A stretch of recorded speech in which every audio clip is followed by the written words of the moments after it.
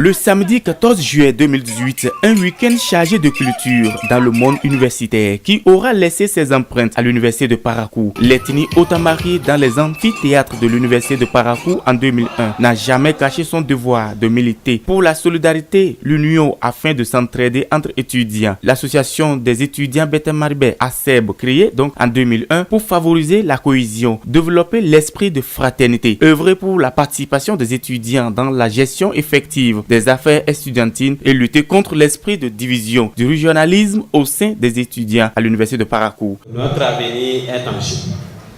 Rasons le poil dans la main, prenons notre destin en main et mettons-le au travail. Encourageons nos parents à venir se mettre à notre aide. Notre résultat négatif n'attirera jamais personne à se mettre à dépenser sur nous.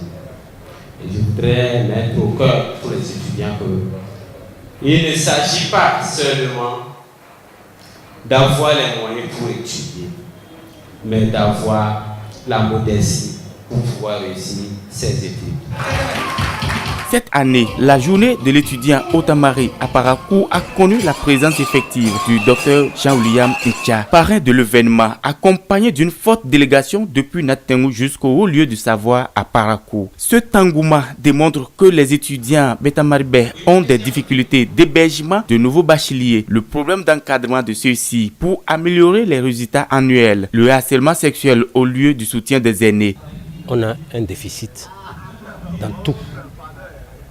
Déficit de communication, déficit de cohésion et tout ce qui s'ensuit. C'est une affaire de sacrifice et une affaire de communication. Les associations de développement, je dis qui pratiquement n'existent plus. C'était leur rôle. On a échoué. C'est un échec. On n'a pas pris nos responsabilités. Moi, je le dis franchement.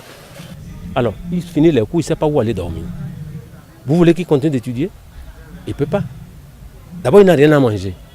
Il n'arrive pas à payer. Et en plus, il ne sait même pas où aller dormir. Nous, on a connu ça parce qu'à l'époque, comme je le leur ai dit, on était 1-1. Vous prenez toute une année scolaire, peut-être il y avait un seul étudiant au Tamari dans une faculté. Aujourd'hui, je compte près de 300. Ce sont entre autres les difficultés qui ont trouvé des solutions à travers la communication du docteur Jean-William Ntia, parrain de l'événement. Mes chers enfants, nous sommes à la croisée des chemins.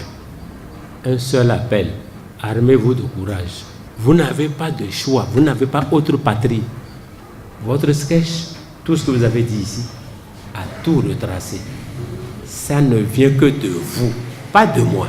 L'association des étudiants Beta Maribé de l'université de Parakou, une jeunesse montante en phase avec les réalités du moment. 2 fois parrain de l'événement des étudiants Beta Maribé de Parakou, Hyacinthe Nata reconnaît la place de cette jeunesse qui se débrouille vaille que vaille pour subvenir à leurs besoins. Mes chers parents, je vous demande de courage. Et lorsque vous arrivez à franchir cette maison, vous devez vous mettre en tête que vous devez finir. Quiconque franchit cette maison et qui ne finit pas n'est pas un garçon, n'est pas digne fils de Otamari. Nous sommes des Beta Maribé, nous avons l'obligation de finir. Vrai ou faux? Bien sûr? Oui. Bien sûr? Un étudiant Otamari, un savoir dans une maison de Koutamaru.